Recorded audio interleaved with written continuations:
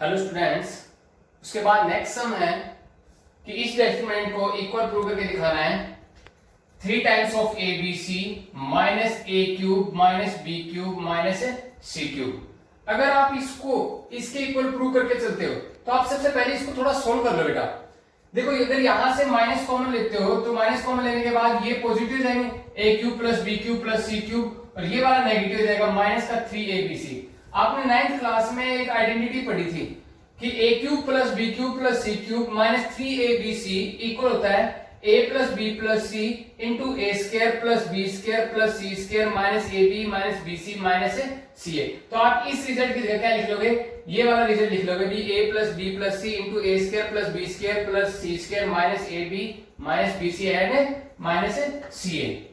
क्योंकि इससे क्या बेनिफिट है, इससे ये बेनिफिट है कि आपको ये पता चल जाएगा कि भी क्या ट्रिपल वन बन सकता है या फिर क्या ऑपरेशन अप्लाई किया जाए।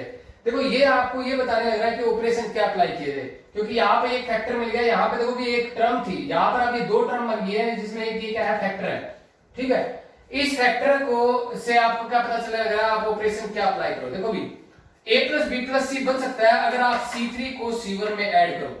देखो इसको इसमें ऐड करते तो a प्लस बी प्लस सी, यहाँ इसमें ऐड करते तो a प्लस बी प्लस सी, इसको इसमें ऐड करते तो a प्लस बी प्लस सी। तो C1 ऑपरेशन अप्लाई किया मैंने, C1 न्यू बनाई है C1 प्लस C3 करके। बेटा ये एलिमेंट छोटे हो सकते हैं कि अगर आप इसको इसमें से सब्ट्रैक्ट करो। देखो आप इसको इसमें सब्ट्रैक्ट a से a कैंसिल हो जाएगा, इसको इसमें सब्ट्रैक्ट करो b से b कैंसिल हो जाएगा, इसको इसमें सब्ट्रैक्ट करोगे c से c कैंसिल हो जाएगा। ठीक है, तो आप इसको इजीली सॉल्व करने के लिए एक ऑपरेशन एक्स्ट्रा और अप्लाई कर दो, इसको इसमें से सब्ट्रैक्ट कर दो, c2 को न्यू बना लो c2 माइनस c3 करके। ठीक है बेटा, ये दो ऑपरेशन अप्लाई किया। पहला ऑपरेशन क्या है, c1 में c3 को ऐड किया गया, इसको इसमें ऐड करोगे तो a plus b plus c, a plus b plus c and a plus b plus c. जब इसको इसमें सब्ट्रैक्ट करोगे तो माइनस का b बचेगा, माइनस का c, यहाँ पे इसमें इसको सब्ट्रैक्ट करोगे तो माइनस का a। c3 पे कोई ऑपरेशन अप्लाई नहीं हुआ इसलिए c3 एज इट इज है।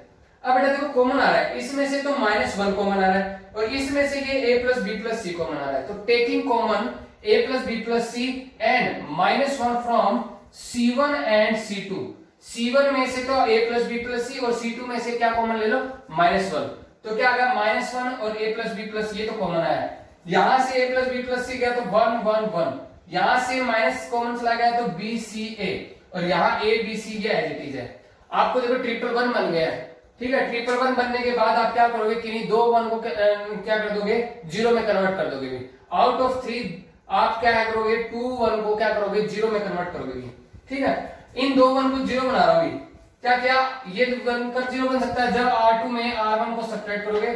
ठीक है, ये वाला भी R3 में भी R1 को सब्ट्रैक्ट कर दो। ऑपरेशन अप्लाई किया, R2 न्यू बना रहा हूं, R2 minus R1 and R3 new बना रहा हूं, R3 माइनस R1। देखो R1 पे कोई भी ऑपरेशन अप्लाई नहीं हुआ है क्योंकि ये R2 और R3 पे ऑपरेशन है, तो R1 एज इट इज आएगी। ठीक है बेटा, ठीक है। उसके बाद 1 में से 1 सब्ट्रैक्ट हुआ 0, C में से B सब्ट्रैक्ट करेंगे C माइनस B और B में से A को सब्ट्रैक्ट करेंगे तो B माइनस A। ऐसे ही R3 पे ऑपरेशन अप्लाई हुआ है तो 1 में से 1 सब्ट्रैक्ट होगा 0, A में से B को सब्ट्रैक्ट करोगे A माइनस B और C में से A को सब्ट्रैक्ट करोगे कितना आएगा C माइनस A। उसके बाद का प्रोसीजर क्या है कि जिस रो में या जिस कॉलम में आपके डबल जीरो बने हैं, आप उस रो से इसको या उस कॉलम से इसको क्या करोगे, एक्सपेंड करोगे। आपके किस में 2 जीरो बने हैं, C1 में क्या बने हैं, 2 जीरो बने हैं, तो आप क्या करोगे, एक्सपेंडिंग थ्रू C1 के थ्रू क्या कर दोगे, एक्सपेंड करोगे। एक्सपेंडिंग का प्रोसीजर क्या है, आपके C1 में जो एलिमेंट बचा हुआ, ये वाला एलिमेंट बचा हुआ, ये वाला एलिमेंट जिस रो जिस कॉलम में है उसको एलिमिनेट कर दो, बाकी का जो बचा हुआ उसका डिटरमिनेंट। ठीक है, ये मल्टीप्लाई में ऑलरेडी था। ठीक है, इसका डिटरमिनेंट मल्टीप्लाई में आ जाएगा। ठीक है बेटा, इसका डिटरमिनेंट कैसे निकला है, 2 by 2 का, इन दोनों के डिफरेंस में प्रोडक्ट में से इसका डिफरेंस सब्ट्रैक्ट कर दोगे।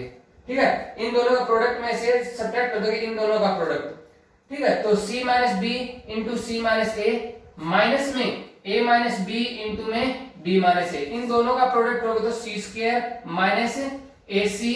ठीक है, माइनस का bc और प्लस का ab आ जाएगा, माइनस साइन। अब इन दोनों का प्रोडक्ट करोगे तो माइनस का ab प्लस का a स्क्वायर प्लस का b स्क्वायर माइनस का ab आ जाएगा। एक प्लस के ab से एक माइनस का ab कैंसिल हो गया। देखो बेटा क्या बचा हुआ है, a square plus b square plus c square बचा हुआ है, माइनस का ab माइनस का bc माइनस का ca बचा हुआ है। तो आपका रिजल्ट क्या आ गया, माइनस का a plus b plus c into a square plus b square plus c square minus ab minus bc minus ca। देखो ये रिजल्ट प्रूव कर दिया आपने, और ये किसके इक्वल है, इसके इक्वल है, तो आपकी राइट हैंड साइड प्रूव हो गई है। ठीक है बेटा, ओके। स्टूडेंट्स उसके बाद आपकी नेक्स्ट प्रॉब्लम है 11 सम। ठीक है, उसमें क्या दे रखा है कि भी ये डिटरमिनेंट इक्वल प्रूव करके दिखाना है alpha plus beta plus gamma into alpha minus beta into beta minus gamma into gamma minus alpha. देखो वैसे आपको mostly right hand side maximum time आपको राइट हैंड साइड ये बताएगी आपको इसमें ऑपरेशन क्या अप्लाई करना है। ठीक है, तो देखो इसमें ट्रिपल वन बन सकता है और वो आपको राइट हैंड साइड ही बताने लग रही है। राइट हैंड साइड क्या कहने लग रही है, देखो alpha plus beta plus gamma, ठीक है, ये बन सकता है इसके अंदर अगर आप इस C3 को सॉरी R3 को R1 में ऐड करते हो। इस R3 को अगर आप R1 में ऐड करते हो तो अल्फा प्लस में बीटा प्लस गामा, इसको यहाँ ऐड करते हो तो क्या है alpha plus beta plus gamma, इसको इसमें ऐड करते हो तो alpha plus beta plus gamma. तो क्या करो आप R3 न्यू बनाओ, R3 में R1 को ऐड कर दो, R3 को न्यू बनाओ, R3 में क्या कर दो R1 को ऐड कर दो। देखो आप बनाने को R1 को भी न्यू बना सकते हो, लेकिन क्या है उस केस में यहां एलिमेंट बड़े रह जाएंगे। इसकी बजाय आप क्या करो R1 को R3 में ऐड करो ताकि यहां पर एलिमेंट छोटे रह जाएंगे, क्योंकि R1 में तो कोई चेंज आएगा नहीं।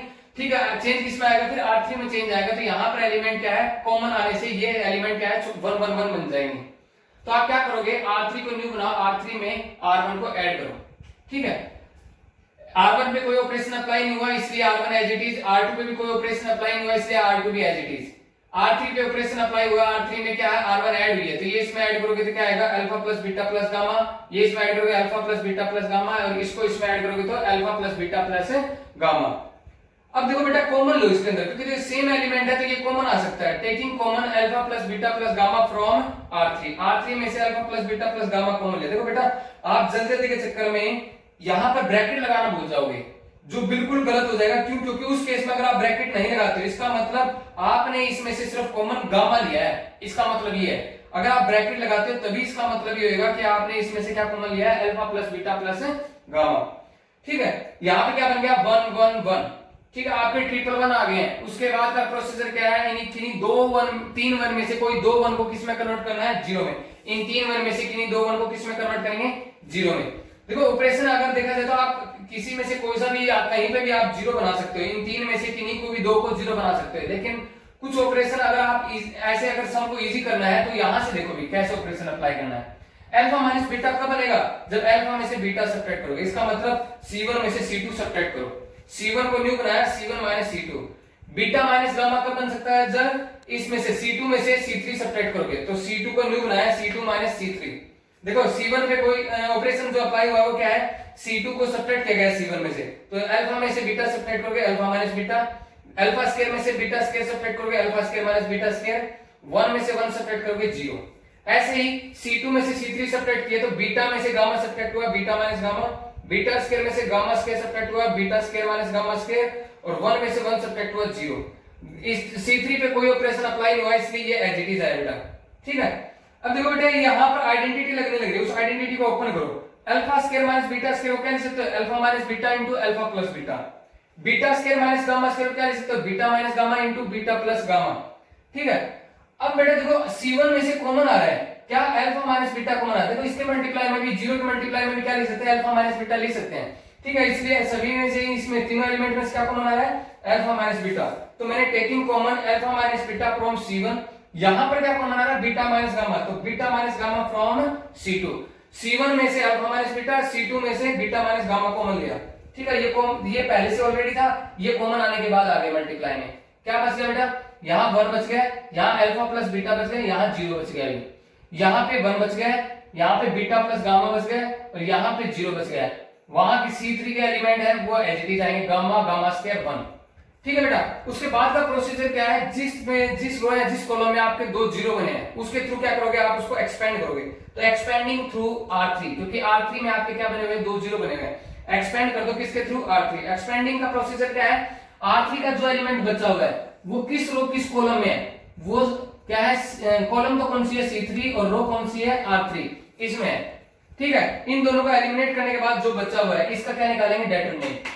ठीक है बेटा, इसका डिटरमिनेंट इसके साथ मल्टीप्लिकेशन माइनस में इसके साथ मल्टीप्लिकेशन करोगे तो क्या आएगा गामा माइनस अल्फा। ये एज इट इज है ऑलरेडी।